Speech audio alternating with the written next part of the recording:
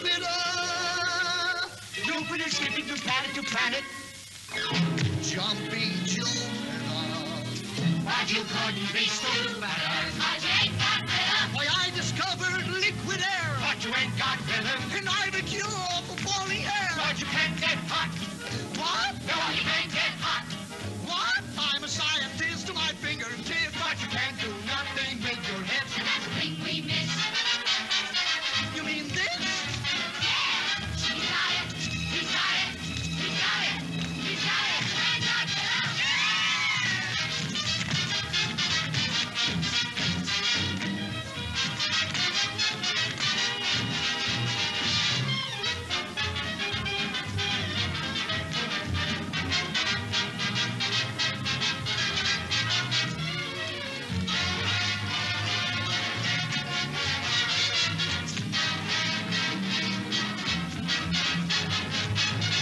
We're going to start from the studios of Hamilton Radio in beautiful Robbinsville, New Jersey. Welcome once again to Funny Talk with Mongelli and Max, with your hosts, Tom Mongelli and Doug Max. Hello. Funny Talk with Mongelli and Max is dedicated to keeping alive the memory of the legendary comedians and comedy teams who have shaped comedy over the past century, and also to showcase today's comedy talents. Warning, Tom is about to say. Warning, tuning into Funny Talk with Mongelli and Max may cause temporary cheerfulness. If cheerfulness lasts more than 4 hours, consult your bank balance. Funny Talk with Mongelli and Max would like to give a shout out to a very special friend of the show, Jack Hoffman of J. Irwin Productions. Woo! J. Irwin Productions puts together comedy shows for restaurant showcases, fundraisers, civic events, and private parties. For a successful comedy night, contact J. Irwin Productions at www.jirwinproductions.com. And now, without further ado, here are Tom Mongelli and Doug Max. Here I am. And here I am. So, Tom, Yes. our show is dedicated to Harry Ritz in particular, the Ritz brothers in general. Yes, the Ritz brothers, they were a comedy team that predated the Marx brothers. They were, oh, I can hear myself now. I can't hear myself. That's because you're deaf. Well, I am, but I've got one working ear. I've got one, I've got water in the one ear, so I can't hear either, so. But anyway, they were Depression-era comics. They were basically a singing and dancing troupe. They were three brothers, Harry, Jimmy, and Al. We good? Is that better? Yes. Testing, testing. Is that better, Doug? Hello. Oh, Yes. yes, it is. Much better. Thank you. Hello. That was Doc, our technical wizard. Sometimes he's a technical wizard. He's behind the curtain. But we do have an in-studio guest today also. We Doug. do? Yes, we do. Doug, why don't you introduce him? Who? He's right to your right. I know you can see. Jeff. Hey, Doug. Fancy Everyone, this is a friend of a show. We met through doing our show on Elvis Costello. Jeff Solomondo. Lou Costello. Abbott and Elvis. Costello. Who did I say? Abbott? Elvis Costello. Well, you know who I was talking about. We did, yeah. I tell Anyway, you, it's I was past about Doug's to say, bedtime. I brought in dedication to our show. I brought crackers tonight. Doug, those are saltine crackers. We're doing the Ritz brothers. Uh-oh. That was the closest I could get. You realize when I lived in Patterson, I had to carry these around as ID. Oh, my God. Yes.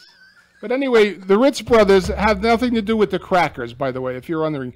A lot of people don't know who the Ritz brothers are, but we all know who Jeff Solomondo is. Hey, thank you very much. Oh, him again. Yes. We got to say, last time, Jeff was supposed to be a feature on our show, and he called in, and he waited patiently, and technical services just never put him through on the call. I got blown off. Yeah. And we didn't notice it. Well, I felt horrible. It was like 10 days after the show. We're like, did we forget something? What was it that we forgot? Well, so we had Jeff come back during our Ritz brothers tribute. Jeff, tell us a little about yourself in case people forgot. Oh, okay. My name is Jeff Salamondo, and friend of the show. Thank you very much. So far. Sympathy gig tonight because they feel bad about blowing me off last time, but I'm thankful for it. Originally, I was on the show when they featured Abbott and Costello. I write for Chris Costello, Lou's youngest daughter, monthly newsletter, and help with the Facebook pages. So when we did the comedic focus on Abbott and Costello, the guys invited me on to kind of talk about what they did and what they do. Ever since then, our relationship just blossomed, and here I am again. So thank you. Well, we thank you for coming to this wonderful studio in Robbinsville, New Jersey. I understand we have a caller on the line. Caller, this is Tom. Who's this? This is Melinda and Jana Ritz. Ah, hello. Melinda and Jana Ritz, daughters Well, of... we're not married. It's Melinda Ritz and Jana Ritz. Well, We're sisters, I hope you know. Oh, everybody wants to be a comedian. in this day and age, you can never, you never know. It's all normal today. We need all the comedy relief we can get today. Oh, boy, don't you know it? Well, sorry you're tuning in here. Tom! Well, So, thank ladies, you so much we're for so inviting us pleased- to be on. We're so pleased to have you both on, and I got to tell you, when we started doing the show, I started Googling your dad and all the Ritz brothers. They were so incredibly talented, and I'm not just saying that to blow smoke up, wherever, but Well, we love hearing that. yeah, I bet. So I mean, the smoke. No. And mirrors available after the show. So did your dad, and your dad is Harry Ritz. He was the youngest Ritz, but was featured as the middle one most often, Right. seemingly. Well, he positioned himself in the middle The baby. to get all of the attention. I see. The one in the middle is the funny one.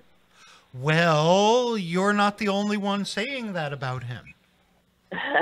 Actually, in doing the research, I noticed he was an incredible influence on some of the major comics coming up through the 30s, 40s, 50s, 60s. They all seem to love Harry and attribute their comedy success to him. Exactly. Where do you think Milton Berle learned to cross-dress? Jeez. And he actually said that to me. He said, if it weren't for your father, I'd never have dressed in drag. Really? That's wow. Yeah. Now, a lot of our listeners and viewers, they're not familiar with the Ritz brothers at all, and that's a shame. That's why we're doing this tribute show tonight, to try to get the word out. And I just wanted to take a moment and read some of the quotes that I have from some of these heavy hitter comics that just have nothing but good things to say. I'm sure you're familiar with the Mel Brooks quote. He said, "As far as I'm concerned, Harry Ritz was the funniest man ever. His craziness and his freedom were unmatched. There were no intellectualizing with him. You just hoped there were no pointy objects on the room when he was working, because you were down on the floor, spitting out of control, laughing your brains out. Harry Ritz always put me away, always." And that was Mel Brooks. And I think that There you go. If Mel Brooks would have been the Ritz brothers' publicist, everyone would have known about him, don't you think? Absolutely, absolutely. And I learned that Harry was up for the role of Hyman Roth in The Godfather 2. Yes.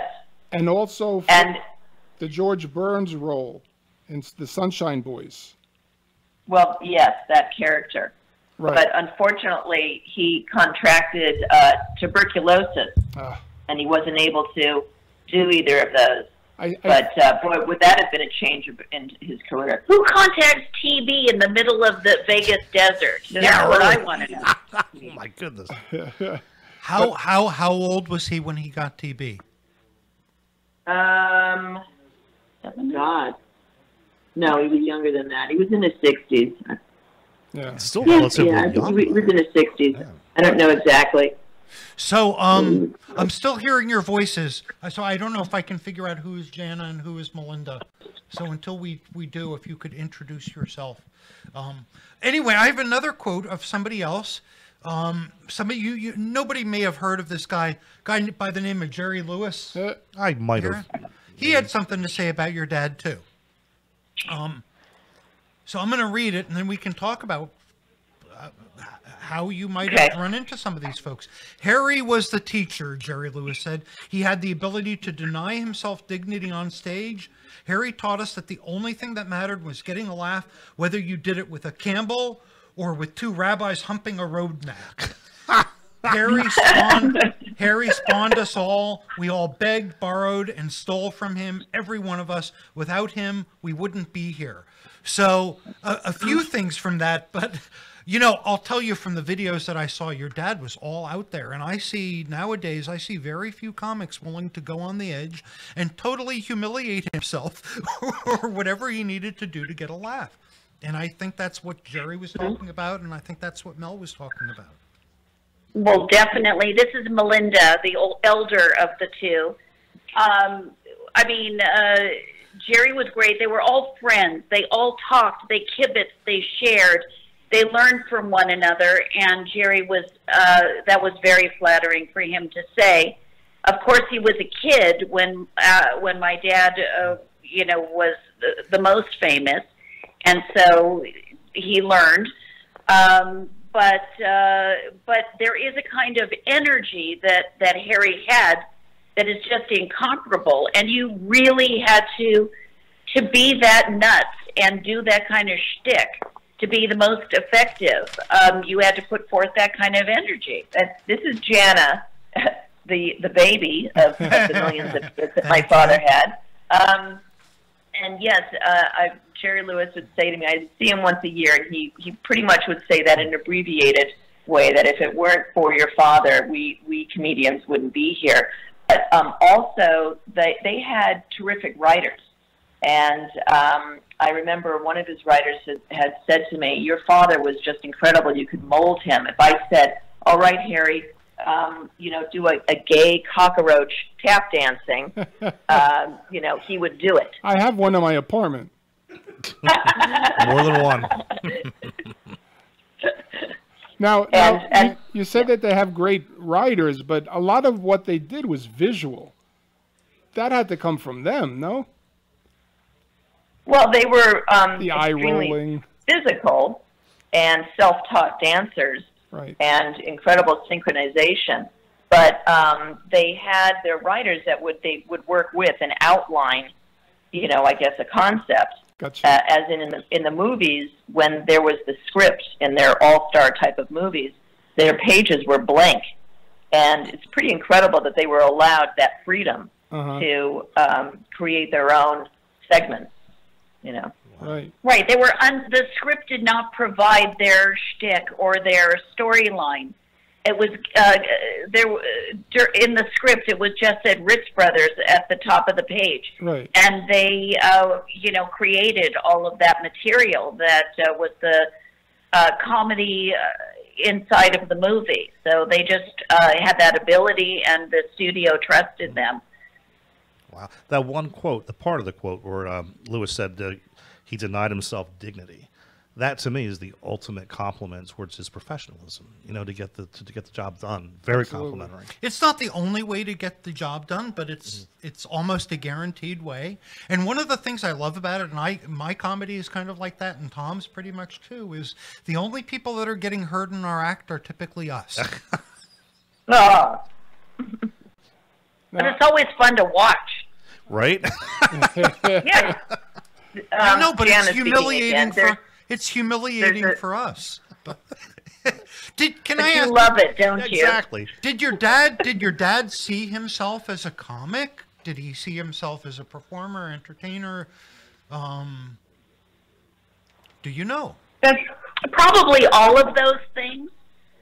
All of that was that has to be involved. It wasn't that they had, like the Marx Brothers, had developed their own characters, per se. Right. They were really about executing the material and the timing, the synchronicity, the performance, the energy level. Which that was all incredible. What made their audiences respond. They were incredibly tight. How would they practice? I mean, were you witness to them practicing hours and hours on end? I'm Melinda, the older one. I kind of remember that. I was also, when they opened Caesar's Palace in '66. They brought me on stage every night and introduced me to the audience, and so that was fun. And I did watch some of their rehearsals. Yes, just remember my dad being very sweaty afterwards. Very sweaty. That's so flattering. Excuse us for 1 second. We have another caller on the line. Hello, who's calling in? Hello. Or maybe we don't have. Hello, you're on the air. Hey, it's Jeff Abraham. It's Jeff Abraham waiting to call in. Hi, Jeff. You're on the air, and you're on with Mongelli and two of my favorite girls. and Hi, two Jeff. of my favorite girls, Jan and Melinda. I'm loving the show. I'm just sitting here and listening, and I love people who talk about the Ritz Brothers who have good taste. Now, Very cool. Jeff, tell us your involvement with the Ritz Brothers. I am a student and fan of comedy, and I love Milton Berle and Jerry Lewis and Sid Caesar and Mel Brooks and all these great comedians. And then I read somewhere that they all had the same idol, and they all called the same man their teacher, Harry Ritz and the Ritz Brothers. I said, there's got to be a story here. And the quote you're talking about is really what gave me the impetus to really understand who this man is and how great the Ritz Brothers were. All these comedians we're talking about were all born around 1926. When they were 10 years old, the Ritz Brothers made their film debut in Sing Baby Sing, and they saw something they had never seen before.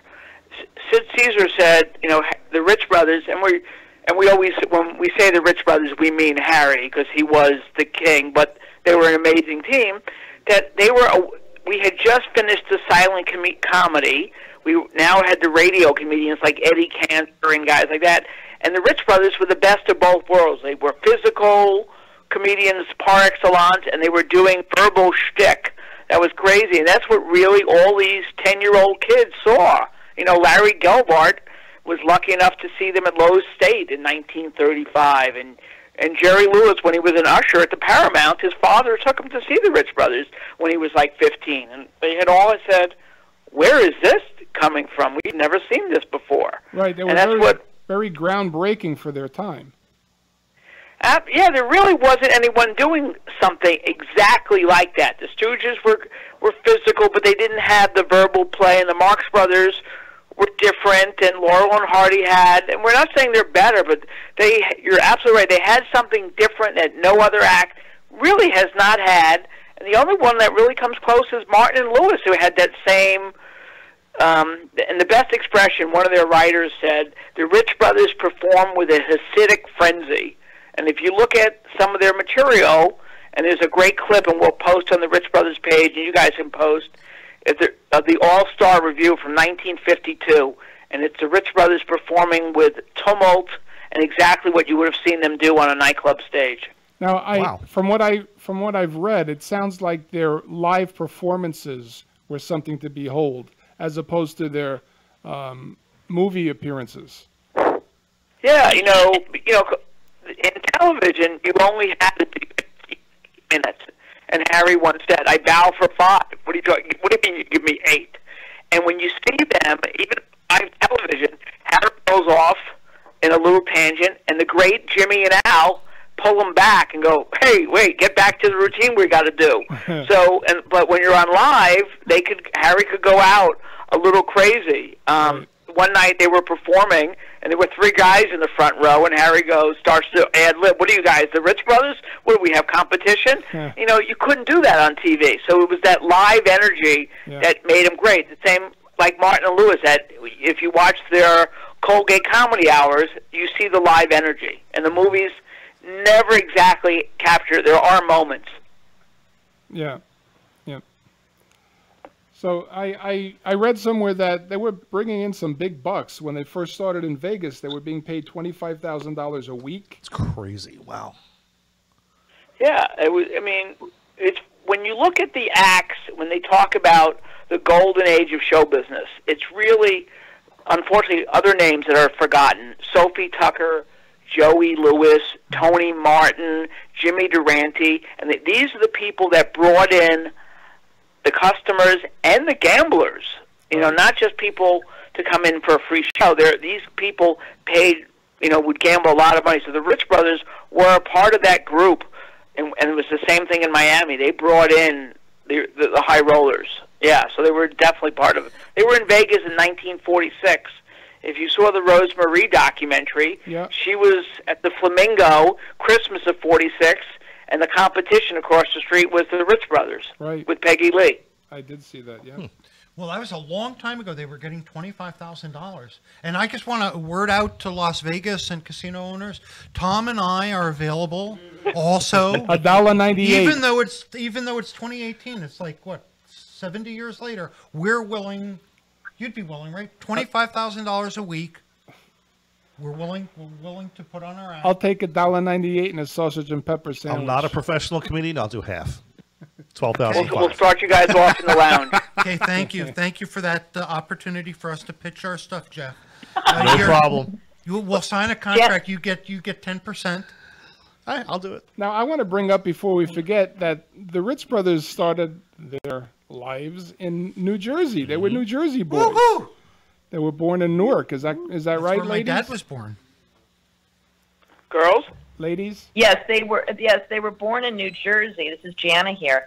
But they were, I don't know about when they moved to Brooklyn, but for the most part raised in Brooklyn. Right.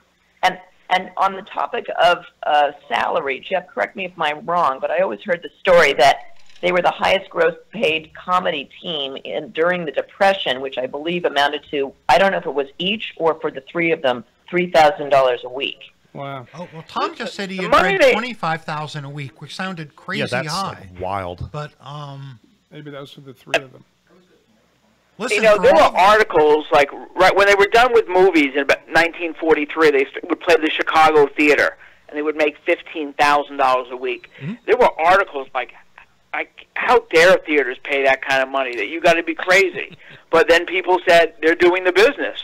In fact, when they reopened the Chicago Theater with Frank Sinatra, I think in the late '80s, and he was getting like maybe $200,000. They readjusted all the performers who played the Chicago Theater, and the Rich Brothers like in the top 5, and they readjusted it, and they said, but you have to remember they did 42 shows a week. They did 6 shows a night, 7 days a week.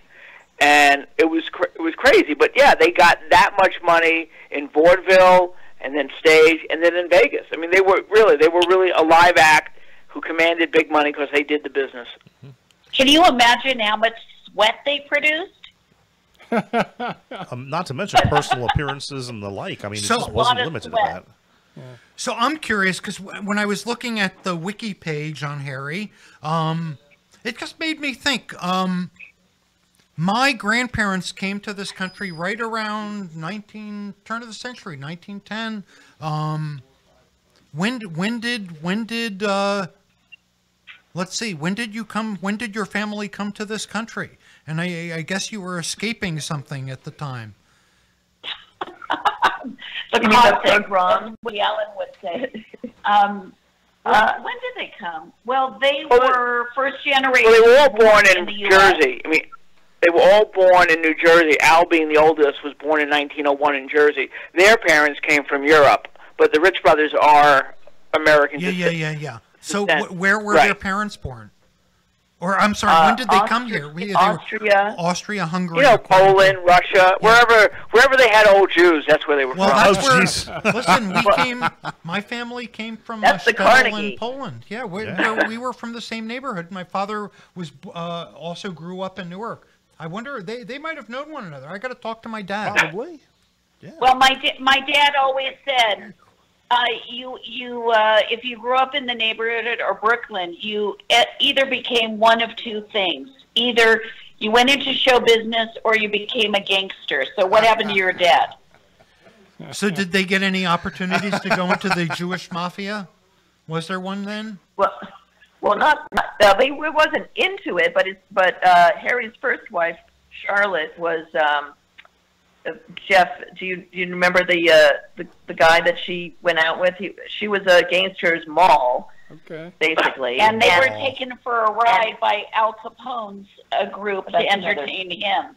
Yeah. So. And he grew up with the boys, as my dad used to say. Well, yeah, we knew what hitmen were when we were like 7. Oh, I had a babysitter who packed a rod. Wow. You got any of the names and numbers still? I got some work. We don't reveal that stuff. One of the last ones is his claim to fame was the murder of Anastasia. These were all my dad's friends. Yeah. Yeah, they were all friends. Yeah. So you imagine it was fun growing up in Vegas. Well, listen, time. These days. Oh, sorry.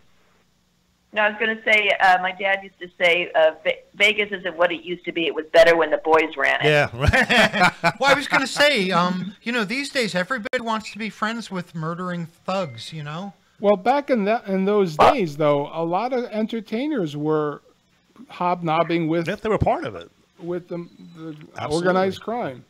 Because they were running the speakeasies and the... Right, they had no choice. I mean, they were the people who fronted the club were legitimate businessmen, but they were backed by various mafioso organizations that led organized crime. But yeah, so you had no choice. Hey, you want to meet the owner? You're not going to say no. Right. Or you don't turn down the command performance like when Al Capone requested the Ritz Brothers. Exactly. If you can't beat them, join them. And speaking of which, if you can't, as Harry used to say, if you can't make ends meet, make one end vegetable. Yeah, I remember that. Anyway, I just want a quick shout out to our friends in the Cosa Nostra. Tom and I are available. Our weekly salary is now just $400 a week. Yes. Yeah. Okay. That's pretty good. Cheap. Yeah. Yeah. Well, we don't want to piss anybody off. Do I get it double malted? You can have it triple malted if you want. I remember my uncle gave me a lecture on the perfect milkshake. He's like it took him a half an hour to explain to me how to make the what did Harry like to eat, drink, stuff like that. Oh my gosh, he was the original health nut. Seriously. Really? Okay. I mean, like before Red Buttons. Kale? Red Buttons used to bring his own food everywhere. No, I mean, really? no. He was a diabetic, so he controlled it by diet. Whole wheat toast, prune juice, chicken, the plainest thing on the planet. So my mother never became a good cook. And he walked for miles. A steak once a week. He walked and walked and walked. He didn't have an ounce of fat on him. He was always in great shape. He had one cavity. That was it. He was very healthy. No drinking, no smoking. He had one cavity, but he only had 3 teeth. Oh, and I thought you were going to say that Doug only has one cavity between his ears. Oh my God. Well, those dance routines that they did, they must have burned off a hell of a lot of energy. Oh yeah. They were incredible. They really were. And all self-taught.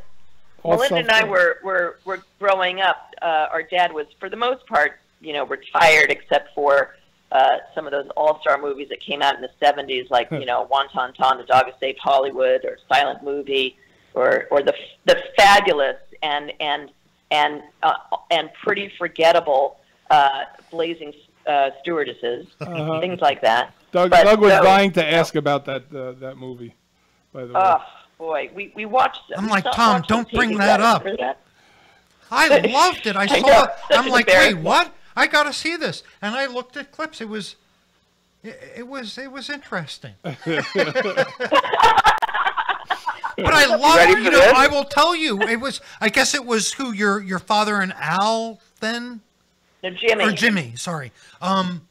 So they were still really tight. I don't know how old they were at that point, but probably late 70s, 80 easily. Well, Jimmy was probably about 70. It was probably 74, and Jimmy was born in 1904, so he was 70. Movie was 75. Yeah. 75, when it was filmed. I unfortunately had to watch the movie with the director. When I watched it, it it was not yet out on video or YouTube. So I contacted the director, the legendary Sam Sherman, who I will give credit. He was a huge Rich Brothers fan and really wanted to give them a role. So as much as the movie is questionable, so I had the privilege of watching it with him behind me. So I had to save all my comments till the end. Otherwise, it would have been like Mystery Science Theater 3000. The great story. Yeah, please. Let me. I just want to. I'm sorry, I'm interrupting, but I did want to make a comment about the Ritz Brothers in general.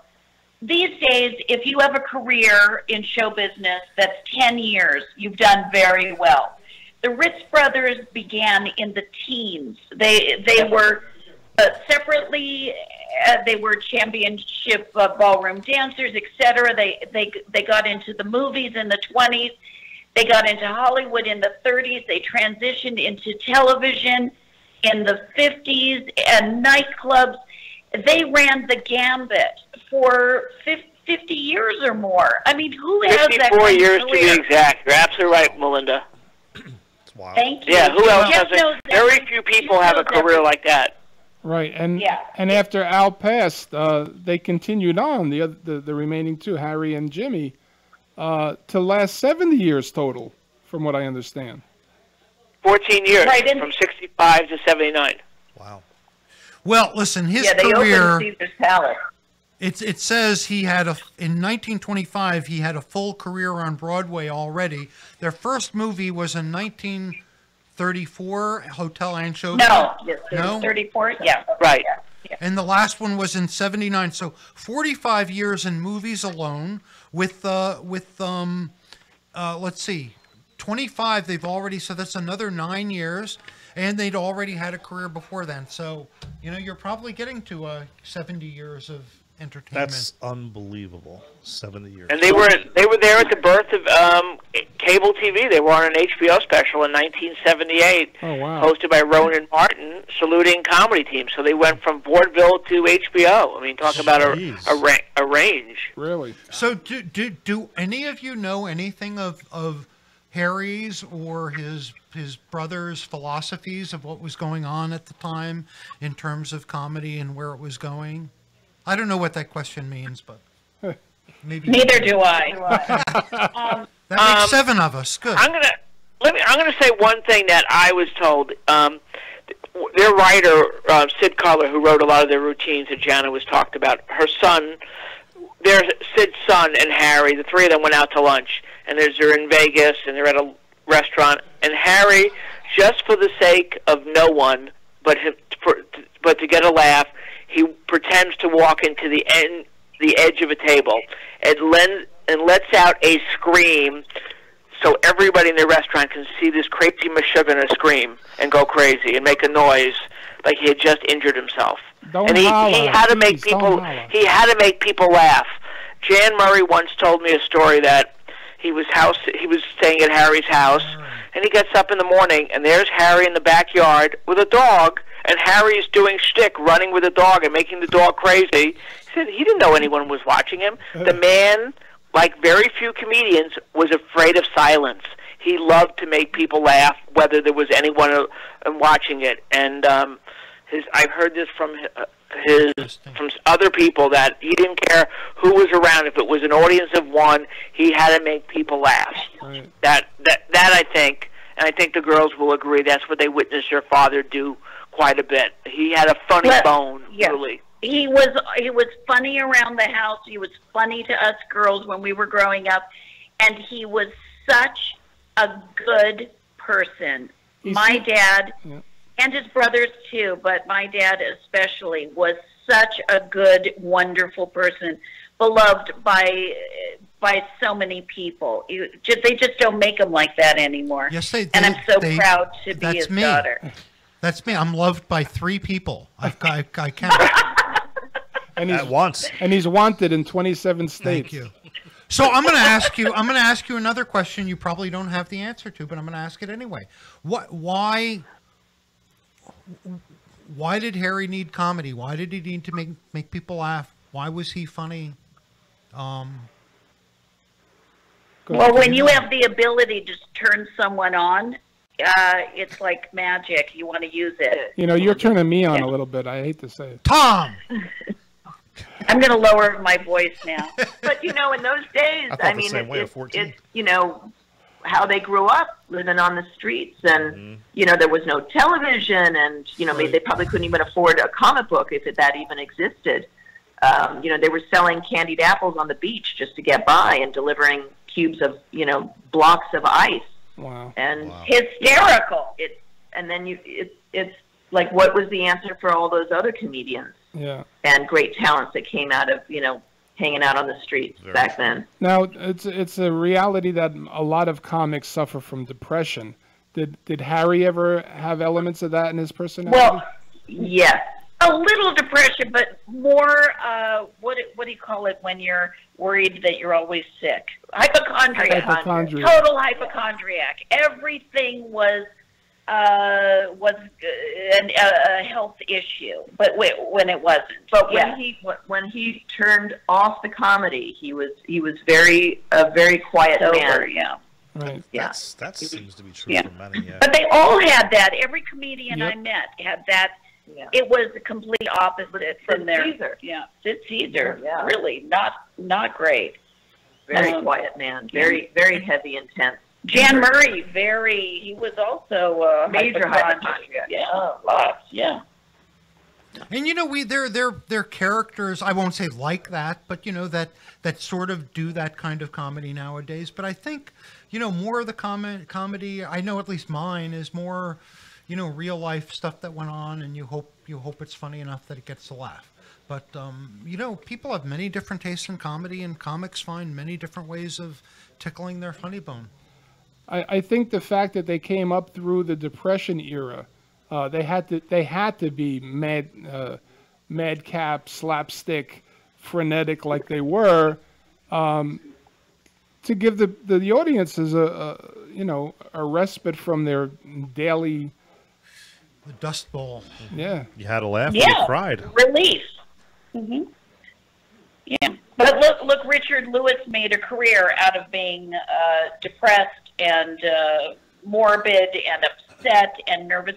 He was completely hysterical too. When you're funny, you're funny. When you can make somebody laugh, you've got a talent. Right. And that's it's just how you use it. Very true. Absolutely. So I'm going to read another quote praising your dad. The funniest man ever was Harry Ritz. Just ask Mel Brooks. We covered that. Harry Stein wrote, this is from an excerpt from Esquire magazine. They got their start in vaudeville, and from 1934 to 43, the Ritz brothers made 19 movies. They were popular, but not as cherished or revered as the Marx brothers. They were considered too lowbrow. On the other hand, their brand of slapstick didn't translate well to future generations like the Three Stooges, partly because the brothers were essentially interchangeable in their routine. They didn't have defined characters like the Stooges or the Marx brothers, although Harry was always the star. Wow. So it depends on what day of the week or who it's coming from. There's other comparisons that are quite flattering. I mean, they were very, very unique. Richard Brody wrote a great article for the New Yorker. He's a film critic at the New Yorker, and he compared them with the Marx Brothers. And he said that the brothers aren't types or emblems, as are the Marx Brothers. Rather, their personalities take a back seat to the material, and their teamwork and timing have an acrobatic virtuosity. At times, their rapidity leaves the viewer wondering whether what's happened isn't actually about to happen. Yet Harry Ritz, like Burl and Lewis, is a performing fury. He gives the impression of punishing himself with comic exertion, with a tense blend of precision and wild expenditure of energy. The Marx Brothers, being characters, suggest the drama of comedy. They needn't do much to evoke a narrative, and as much as they do, they have a comic economy, leaving something for the next installment. Now that's a very interesting point of view, don't you think? It is, and I see a lot of it. The energy that they put in and their tightness and all that, I absolutely see it. And I absolutely see the roots of a lot of what they did in the Marx Brothers, probably in the Stooges too, although they didn't really dance or anything like that. Now, they started out basically in vaudeville and burlesque, and back then you had to be multi-talented. Did they play any instruments? No. Gosh, I don't think so. No, they I think a little piano, but not much. They were not really musicians. Okay. But they had a great singers. sense of music in terms of singing. Oh, sure. And but not in terms of musical instruments. Right. So, And then there was the Pauline Kael in her book was, comparing Harry Ritz and Marcel Marceau, which is pretty incredible. At the time, when see she that wrote that too. in the 70s, we all knew who Marcel Marceau was. Right. Sure. But now we don't. So you said that when you were growing up, they'd already basically done most of their stuff. So Yes. I was going to ask you, because I know when my sons found out I did comedy, they were horribly embarrassed about it. Now my material's different than Harry's, but were you ever embarrassed that, were you ever in a context where you were at all embarrassed that your dad was so goofy and exuberant? And I don't know if he was like that off stage, at family gatherings or what have you, but.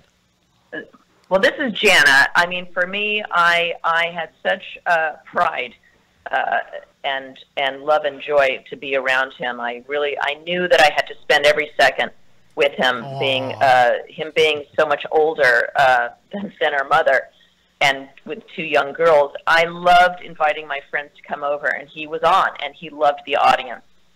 That's great. Very cool. So it was. I was blessed. We were blessed to be around that. It's just like today. I like being connected to some celebrity. Definitely, when I was a kid, it wasn't a bad thing. It was a lot of fun. And Right. through their celebrity, what other celebrities do you recall interacting with? You recall my God, learning no, anything please. about any of them that would surprise anybody? What Toadie Field. Toadie Field. We were at Toadie Toadie's Field, every weekend. Jerry Bales. Jerry Lewis came by my dad's birthday, dropped off gifts. I mean, it was. We had a great moment with Fred Astaire, who had said, Harry's one of the greatest dancers. I saw that quote. We of course being members of the Friars Club and the Hillcrest Country Club, so lunchtime was around Milton and Sid Caesar, Buddy Hackett, and Red Buttons. So many. Yeah. Jeff Help. So many. Did you have a favorite? Did you have a favorite celebrity, either of you? Somebody? Well, we were very close with the Jan Marie family. Okay. So that's the first that would come to my mind. The boys called him the fourth brother, and so we spent a lot of time with them at their home in L.A. You know what's interesting? Of course you've seen Broadway Danny Rose, right? Yeah, sure. Yeah, it's a great, and I've seen in the deli with all of them sitting around kibitzing and telling jokes. Uh-huh. Yeah, we were in that room. We witnessed that. That is very good. The filming of that? No, Real life- we were in real the life same wise. circumstance Oh, with a okay. bunch of That comedians. was our life. That was our life. We were taken around as kids with them, our parents. Oh, and George Burns was up the street from us. Yeah, we lived next to George Burns. Lucky you. Yeah, 2 doors up, we lived next to him. But Diana Ross was the other way. that scene from Broadway Danny Rose where they're all sitting around at the deli, Jen and I we hung out with them when they did that kind of stuff, hanging out with all of the other comedians. Sharing the stories or saying the same story, and each one would have a different way of telling the same thing, and they would make each other laugh, just die. And then we knew, respect was amazing. even if we were there, they would just say their jokes in Yiddish. Everyone would laugh, and Jan and I would look at each other Like, God, I want to learn Yiddish. The only time I ever heard Yiddish was when my mother was talking to her mother, telling her about my gastrointestinal distress. Thanks for sharing, Doug. Because something they can only be described properly in Yiddish, not English. Yeah, I don't know what they were saying, but I'm like, why are you speaking in? Oh, I know.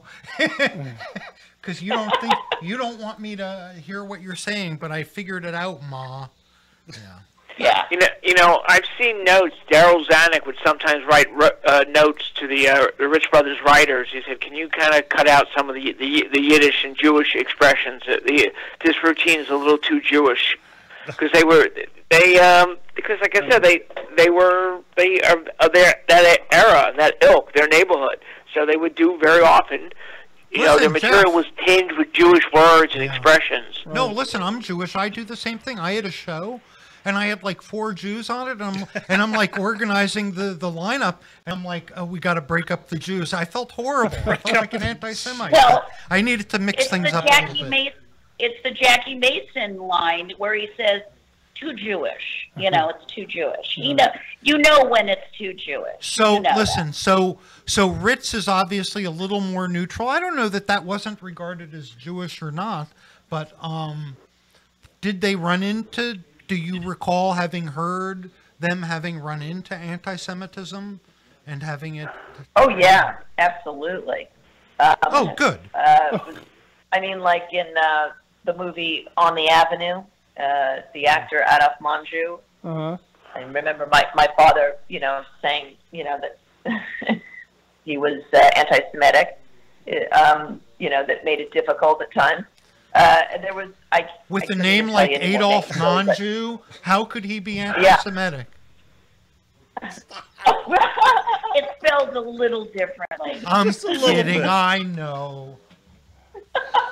There was I don't. Can you think of other? The other one was they were once on the bill at the Palace with Frank Fay and his wife Barbara Stanwyck, and the Rich Brothers were destroying.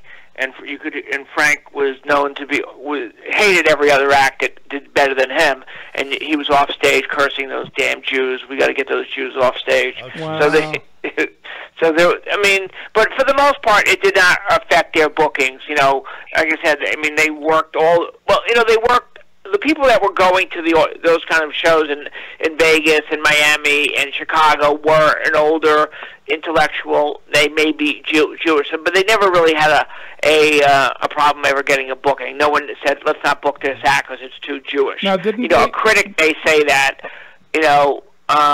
like Dorothy Kilgallen, who was not a fan of the Rich Brothers. She thought they were really a little too crude. Where they really kind of got a lot of slack with the critics was for them doing a lot of effeminate impressions, and Harry would love to pretend to be gay and make these very gay type gestures, and some the snobby critics thought that was a little too much. But by and large, it was the critics, not the public. The public couldn't get enough of them. Sure. Now, didn't they do a lot of work? Already, this conversation is way too Jewish for me. Didn't they do a lot of work in the Catskills and the Borscht Belt? Not really. No? In the early 70s, Harry and Jimmy made it to 1970 and 71. And they did the circuit up there, and they also did the condo circuit in Miami. Right. I'd say maybe in the mid to late 70s. That was it. That was not their thing. They left to Hollywood in 1936. I mean, they were vaudeville, but on Broadway. So the Catskills at that point, I don't think was really the heyday of that kind of shows. Really, but that really wasn't. I mean, they played the big houses. Right. Well, listen, ladies, we hate to do this because the time has gone by really quickly, but we've got to begin wrapping up. So let's begin by, let me ask you, are either of you doing anything, or your family or friends are doing anything that you would like to promote, since we're broadcasting worldwide, and you never know. Wow. Well, as far as that's Gianna. Yeah, that's Gianna speaking. As far as keeping it in tone with the Ritz brothers, Pauline Kael told me I had to write the book. Of course, I never did. And I know that, Jeff has been working on a book for years now. And so we're Melinda and I and Jeff started to talk about really trying to get serious about moving forward with something. And we've been talking about maybe the concept of a show. So we're just in the works of beginning on that. But as far as there's a wonderful Rich Brothers Facebook page where our audience has really grown, and we have rare material, rare photos and rare videos are seen, and it's an amazing way for your listeners to keep the Rich Brothers name alive. That's it. Facebook. Yeah. The Rich Brothers. Yeah. Good. Also, we just heard we've got some callers on. We don't know who they are, so put them on, and we'll say hello and goodbye. So, hello, who's on? Okay, all right. Hello, and goodbye. Oh, I thought you said some callers. Well, I don't know. Who are you? Oh, no, who are you? I'm Doug. I'm Tom. Hi, Doug. How are you? I'm great. Who is this? This is not Dave, because he's sitting near you. Uh-oh. Do you have a question? Yeah, do you have a question for us? Yeah, Dave, did you paint your nails?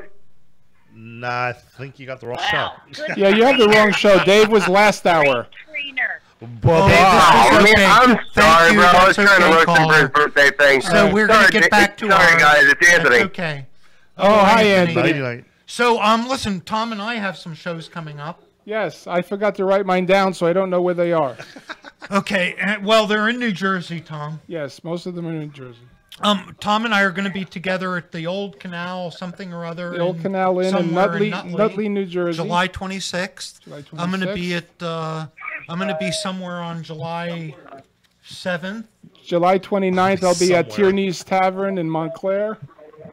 Where am I going to be? I'm going to be in Greenwich Village Comedy Club July 7th. I'm going to be at Tierney's Tavern July 22nd. Not that anybody cares, but New York City. Oh, we have another phone caller. Let's see whose show they're calling for. Hello, you're on the air with your show. This is Howard Stern. Who's calling? Baba Booey. Hey, Doug and Tom. Who is this? Jeff, I know great who it show. is. Hey. Jack Hoffman. Jack Hoffman. Of course From it's J. Jack. Irwin Productions. The Thanks for infamous calling. The Ritz brothers are still the top of the game. No one funnier, no one goofier, and great choreography, too. Yep.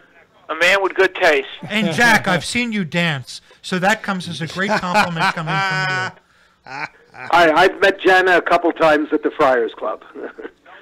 Nice. Oh, yes, indeed. Jana, Jack Hoffman, Thank if you. you didn't Thank hear. you for your call-in. It's a great show tonight. Appreciate it very much. Thank You you. too. Thanks, Jack. Thank Good you for hearing from Always you. good hearing from you, Jeff Jack. Salamondo, Hello. most important. Hello. Yes. Most important. Yes. We've got an Elvis, Lou Costello Park I'm going to cleanup smack him. Yes, we do. We do. coming up. How close do we have Well, here's a the date? thing. It looks like it's going to be mid-September at this point. We have our wonderful volunteer organization, Lou's Angels. Yep. Sal Ranella, Jenny Capitelli, Jan Heidelberg. And we were trying to get the date together for summer, but it's just not working out city-wise, so we're going to look for September. And we get together and we clean up the park and we scrub down the statue and we clean up the grounds and tidy that up a bit.